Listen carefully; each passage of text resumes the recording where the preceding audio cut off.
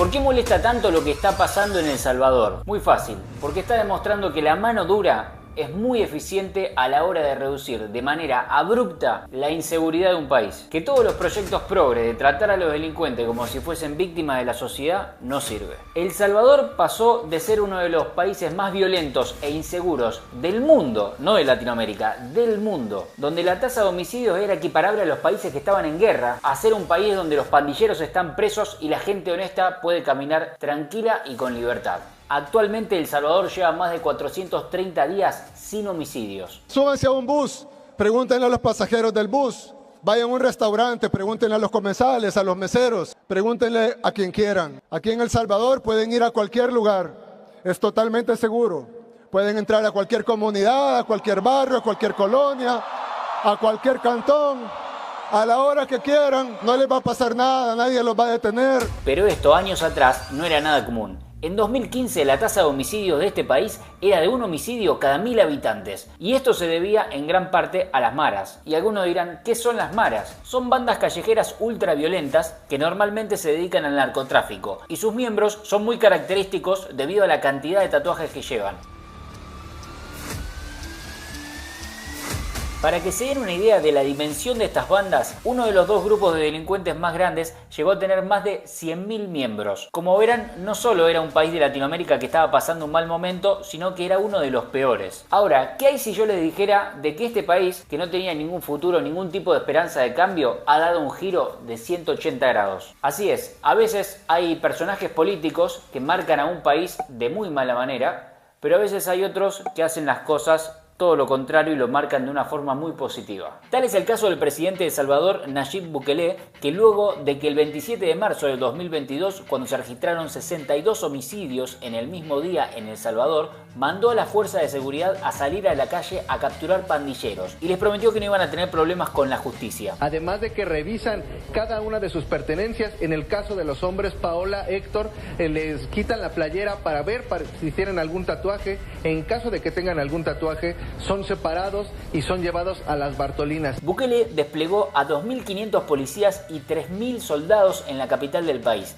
El objetivo era recuperar 12 territorios controlados por las maras. De un día para otro, la policía hizo control de drogas, de armas y de tatuajes. ¿Por qué tatuajes? Porque los integrantes de las maras son fácilmente reconocibles porque llevan tatuajes simbólicos. Bukele tuiteó que los pandilleros pasaron de lucir orgullosos sus tatuajes a intentar borrárselos de cualquier manera. Pero no todo queda ahí. La policía no se limitó a arrestar a los delincuentes, sino que los llevó a las plazas públicas para humillarlos públicamente. Así como también ordenó empeorar las condiciones de detención de los presos y le redujo la cantidad de comidas por día de 3 a 2. Luego de esto, las pandillas empezaron a quejarse, diciendo de que se iban a vengar, a lo que Bukele respondió: Por ahí andan rumores que quieren empezarse a vengar de la gente honrada, al azar. Hagan eso y no va a haber un tiempo de comida en las cárceles. Uno, a ver cuánto tiempo duran sus homeboys allá adentro. Les juro por Dios que no comen un arroz. Y vamos a ver cuánto tiempo duran. Y no me importa lo que digan los organismos internacionales, que vengan a proteger a nuestra gente. ¡Qué bien, Bukele! Mediante el mandato de Bukele empezaron a salir noticias como estas. El Salvador abre la mayor cárcel de máxima seguridad del continente americano para pandilleros, el centro de confinamiento de terroristas, la llamada CECOT. Desde que Bukele es presidente se han confiscado más de 7.000 teléfonos en las cárceles. Y quizás parezca un dato irrelevante, pero no lo es, ya que cuando hablamos de las maras salvadoreñas no nos tenemos que olvidar que son grupos muy organizados, por lo que confiscar celulares evita que estos grupos se organicen en las cárceles. En sus primeros 2 años de presidencia logró reducir la criminalidad a la mitad. Bukele, con 42 años, es uno de los presidentes más jóvenes de Latinoamérica y el que tiene el mejor nivel de aprobación del continente. A Bukele no le tiembla el pulso a la hora de tomar decisiones. Desde aquellas como cuando El Salvador se convirtió en el primer estado en adoptar Bitcoin como moneda de curso legal, hasta decidir no ser un presidente tradicional y vestirse de una forma diferente al resto. Y hasta incluso antes de llegar a su mandato como presidente, Bukele usaba una herramienta que muy pocos pocos políticos saben usar a su favor. Estoy hablando de las redes sociales. Para que te hagas una idea, Bukele tiene 5,3 millones de seguidores en Twitter y 5,1 millones de seguidores en Instagram. Puede que parezcan cifras normales para una figura pública, pero no te olvides de que El Salvador tiene 6,3 millones de habitantes. Más allá de que obviamente hay gente de otros países que también lo debe seguir, el número de gente que lo sigue es muy similar a la totalidad de habitantes que tiene su propio país. Gracias a esto, Bukele nunca perdió el contacto con sus votantes, y si hay algo que viene caracterizando el gobierno de Bukele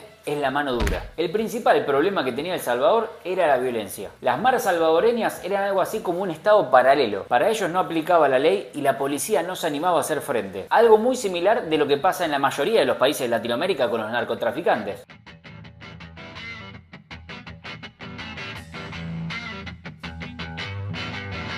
En estos momentos, El Salvador está experimentando los niveles más bajos de violencia desde el fin de la guerra civil salvadoreña. Está más que clara la evolución de este país con respecto a la seguridad. Y lo mismo podemos decir de la corrupción. Nayib Bukele ha logrado atraer inversiones millonarias, como cuando la fundación de Warren Buffett donó 25 millones de dólares a la policía salvadoreña. Si eso hubiese pasado años atrás, gran parte de ese dinero hubiese ido a parar a los bolsillos de los políticos. En cambio, en este caso, con esos 25 millones de dólares han pagado el primer centro de investigación forense de El Salvador. Para que se hagan una idea de la importancia de este suceso para El Salvador, es la primera vez en la historia del país que se van a poder hacer estudios de ADN para analizar los crímenes. También mandó a construir la cárcel más grande de América y convirtió a El Salvador como el país con la mayor tasa de población penitenciaria del mundo. Este centro de confinamiento del terrorismo, también conocido como SECOT, los miembros no pueden ver ni la luz del sol. Dormirán en estos camarotes metálicos, no tendrán acceso a colchonetas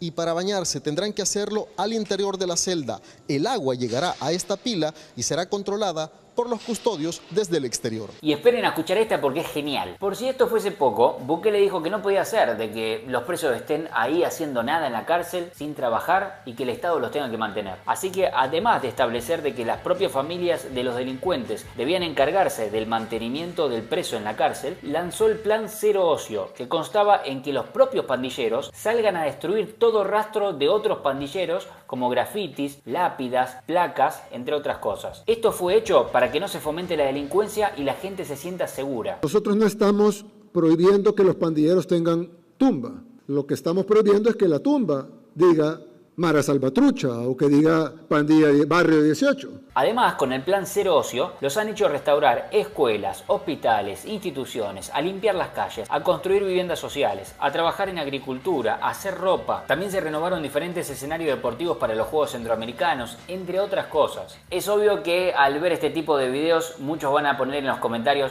necesitamos un Bukele en Argentina, en Chile, en Colombia, en México. Y justamente eso está asociado a la última propuesta que acaba de hacer Bukele. Escuchemos. Ya llegó el momento de que unamos Centroamérica, que como pueden ver son los 7 países que forman Centroamérica, incluyendo Belice, incluyendo Panamá. Nos convertiríamos en una potencia mundial, porque no solo seríamos un país de 50 millones de habitantes, con el 8% de la biodiversidad del mundo en solo el 1% del territorio, no solo con un PIB de 200 y pico mil millones de dólares, no solo con el canal de Panamá y con toda la riqueza y biodiversidad y los negocios y los puertos y los aeropuertos, sino que además tendríamos ese bono demográfico, eso en buen centroamericano, ese montón de niños y jóvenes con la mejor educación del mundo. Lo que nos une es muchísimo más que lo que nos separa. Preparando este video, luego de ver un montón de informes y videos, me he dado cuenta de que muchos presentan el lado positivo a través de los datos que no mienten y demás, pero por otro lado, pareciera como que no quieren quedar mal ni con Dios ni con el diablo. Y tienen la obligación de, no digo tapar, pero ensuciar un poco todo esto positivo que está haciendo Bukele, diciendo cosas como Bukele domina la violencia de El Salvador, pero ¿a qué precio? O hablan del tema económico de la deuda que tiene El Salvador, tocan el tema de la pobreza del país, o cuentan todo lo bueno y después cuentan las denuncias que el Estado tiene por los derechos de los presos, de cómo lo están tratando. En definitiva, te cuentan todo lo bueno, pero después terminan diciendo de que no todo es color de rosa, que bla bla bla bla. Y si bien obviamente que ningún estado en el mundo es perfecto, porque está compuesto por personas, que nosotros no somos perfectos y siempre nos equivocamos y siempre podemos mejorar. Primero, lo primero, que es la seguridad de las personas. Los que emigramos, yo levanto la mano, habiéndome ido de mi país, no lo hice por el tema económico de lo mal que estaba el peso argentino o por algunas otras cosas que obviamente no hay un único factor para que un país funcione mal. Lo hice principalmente, como la gran mayoría del 99,9% de todos los que emigramos de Latinoamérica, lo hacemos por un principal factor, que es la seguridad. Si no, yo no me hubiese ido. Entonces me parece perfecto atacar primero, antes de resolver el tema de la deuda, el aspecto económico, de la pobreza, que obviamente no se puede resolver todo en los primeros años. Y todo esto lleva tiempo. Pero me parece excelente atacar primero lo más importante que tenemos, que es nuestra propia vida, la seguridad. Lo que falta en este mundo es lo que a Nayib Bukele le sobra: